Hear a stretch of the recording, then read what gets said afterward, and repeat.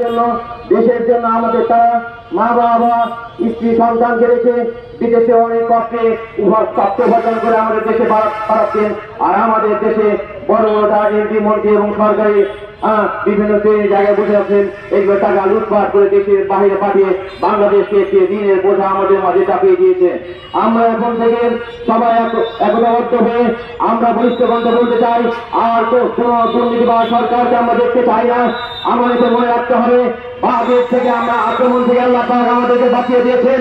আমরা যেন পানিদের হাত দিয়ে কুমির আক্রমণে যেন আক্রান্ত না হই, এজন্য আমাদের সবাইকে সজাগ থাকতে হবে। এই বলে আমি আমার সংক্ষিপ্ত বক্তব্য এখানে শেষ করছি। আসসালামু আলাইকুম ওয়া রাহমাতুল্লাহি ওয়া বারাকাতুহু।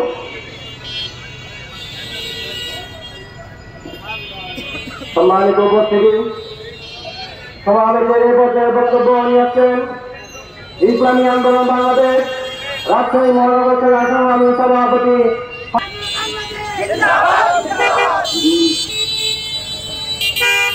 আসসালামু আলাইকুম ওয়া রাহমাতুল্লাহি ওয়া বারাকাতুহু।